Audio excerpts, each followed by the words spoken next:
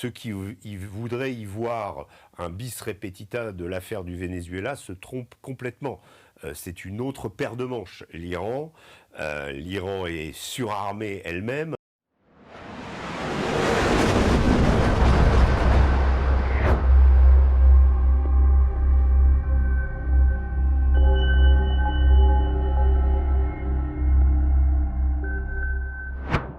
Bonjour Régis. Bonjour Aïcha. Quel plaisir de vous revoir Régis. Oui, je suis très heureux de rentrer.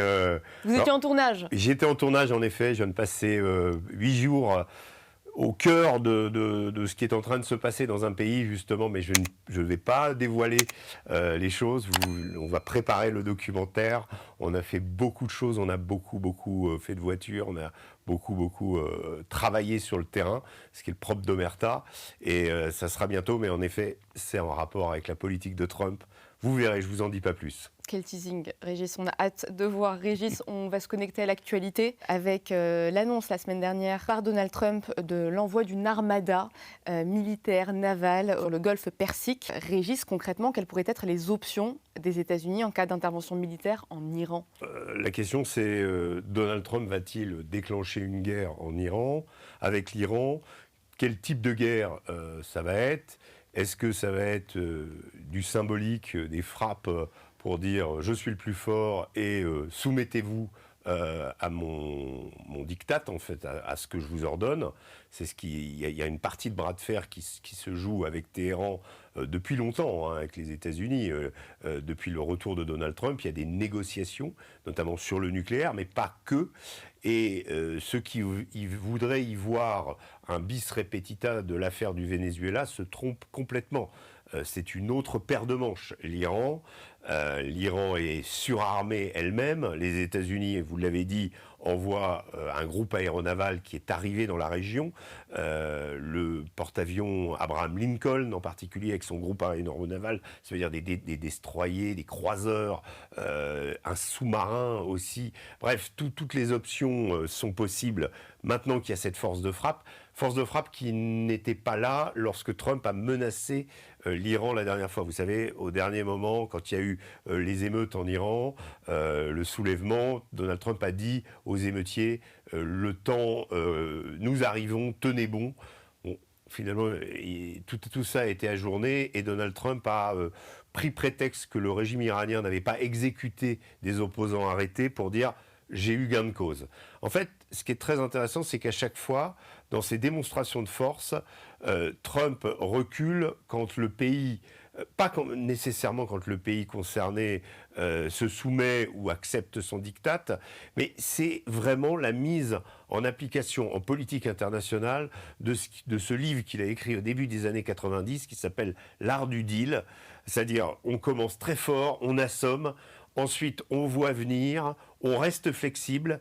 Et ce qui est très intéressant, c'est que tout en envoyant ce groupe aéronaval et en montant en gamme, finalement, les options militaires pour l'intervention contre l'Iran, eh bien, Donald Trump, dans le même temps, dit on est prêt à un deal. Dans le même temps, il dit notre numéro de téléphone, ils l'ont. Ils connaissent les conditions, d'ailleurs conditions qui ont été rappelées aux Iraniens il y a 2 semaines par Steve Witkoff, l'homme de Trump, l'émissaire dans la région.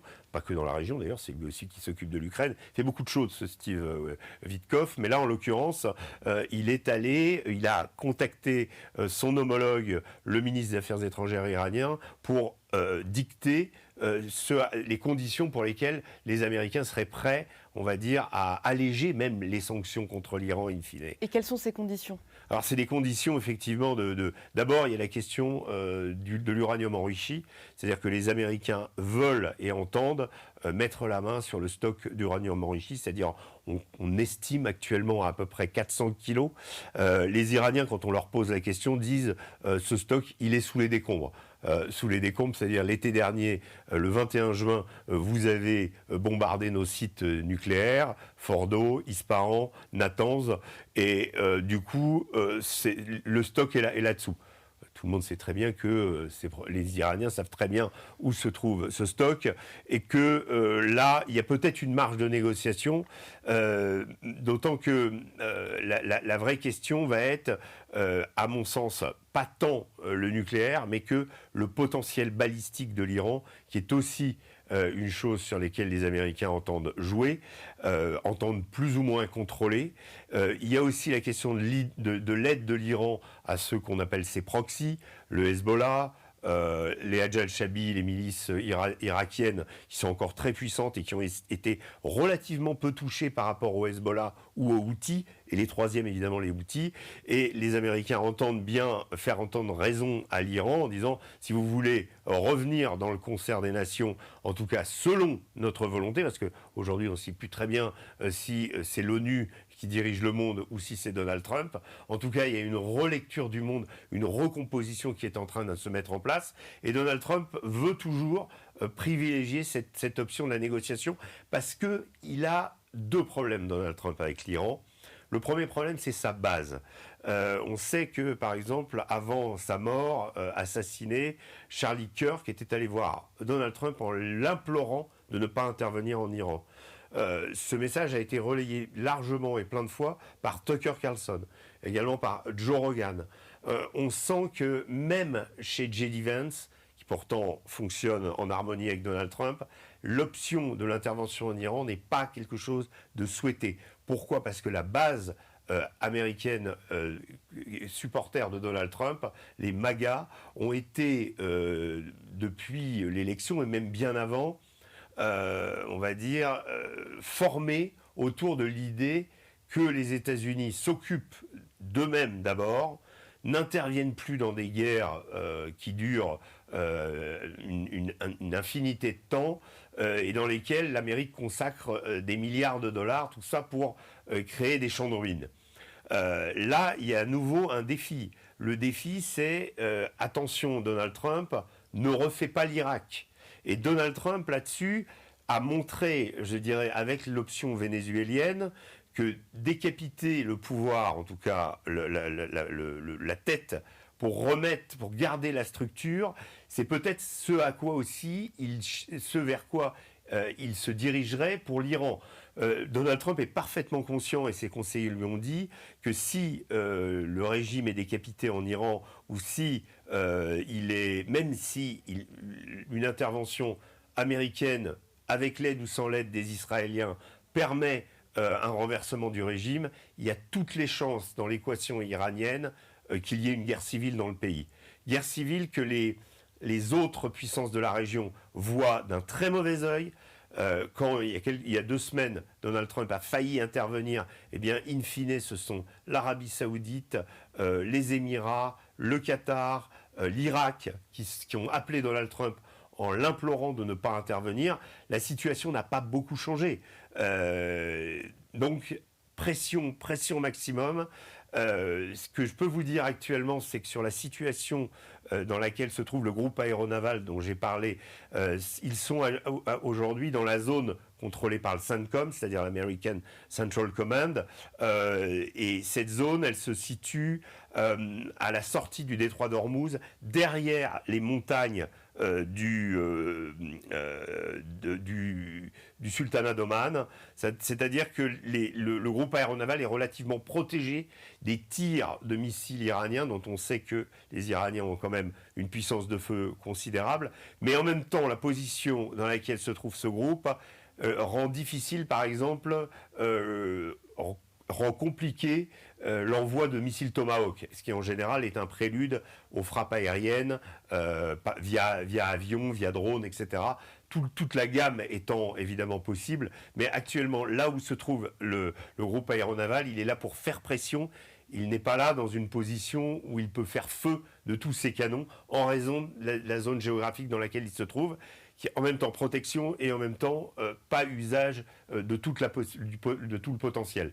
Il y a également une chose sur laquelle il faut revenir, c'est que, comme pour le Venezuela, comme pour la Russie, dans une moindre mesure, avec les petits coups de canif envoyés à Poutine avec l'arraisonnage des pétroliers de la fameuse flotte fantôme russe, en particulier ceux qui ont tenté de bloquer, qui ont osé briser le blocus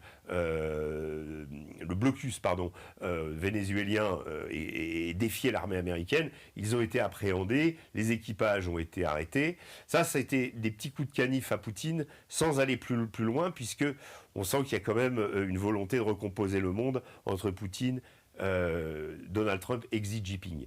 Mais vis-à-vis de Xi Jinping, avec l'affaire vénézuélienne, Donald Trump prive la Chine d'environ 10% du pétrole qu'elle se faisait parvenir depuis le Venezuela.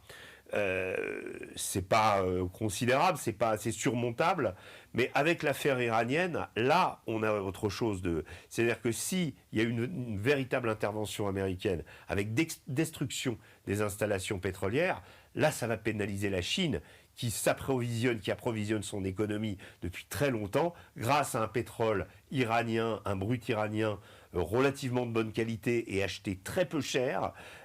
Donc évidemment, là, pour les Chinois, ça va être un point d'embarras.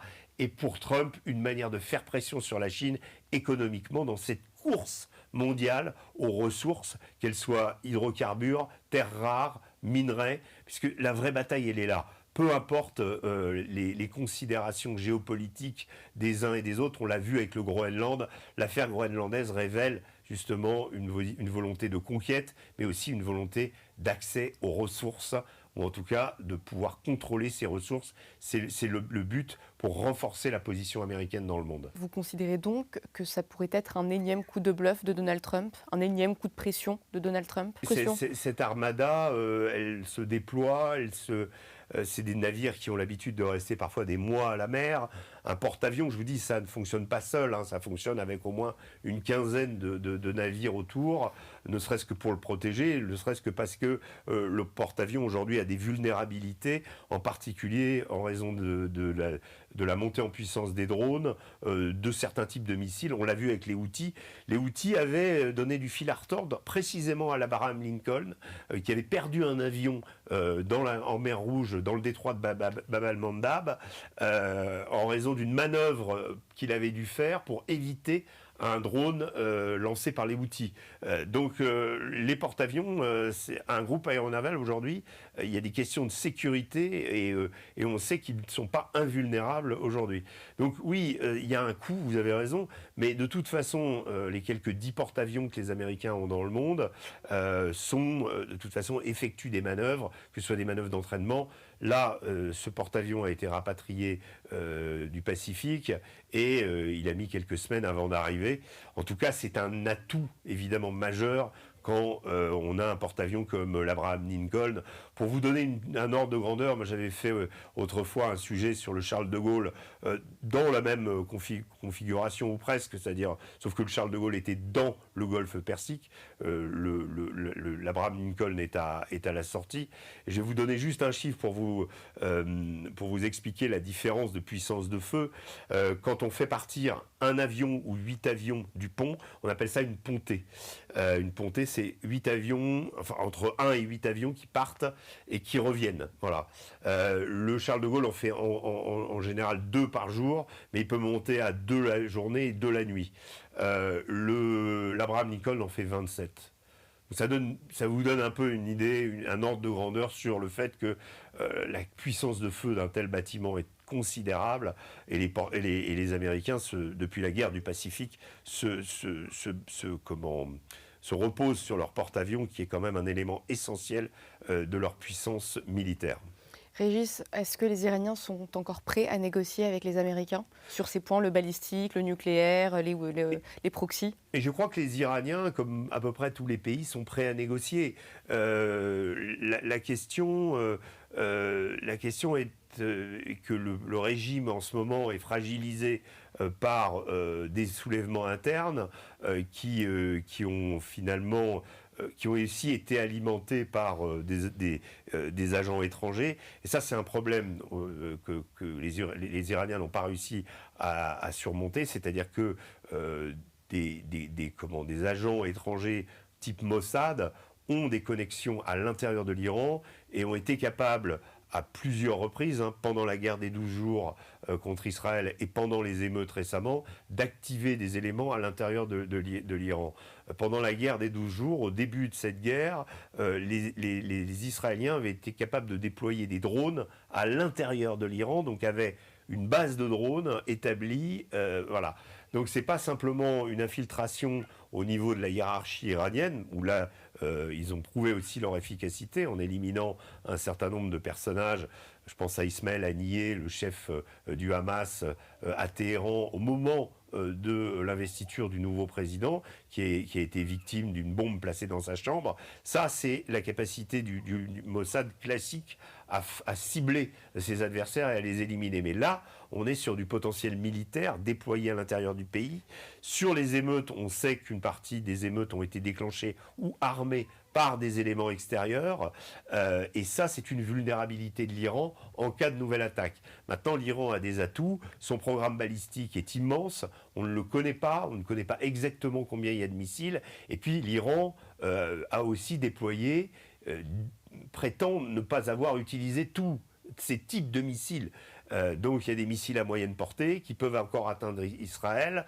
Et la dernière fois, force est de constater également que le dôme qui protégeait Israël a montré des signes de fatigue, en particulier sur un certain type de missiles balistiques iraniens de dernière génération qui ont été capables de percer et de causer des dégâts à Tel Aviv et à Haïfa.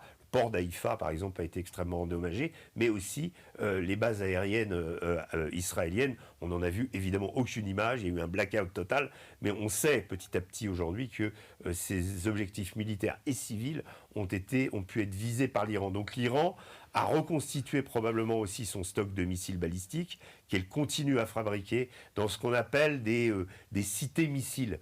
Les cités missiles, ce sont des véritables complexes incroyablement sophistiqués, nichés au creux des montagnes, extrêmement difficiles à repérer, que les Iraniens ont construit. On a mis pas mal l'attention sur leur potentiel militaire qui était très profond, avec des coffrages en béton extrêmement solides, extrêmement difficiles à percer.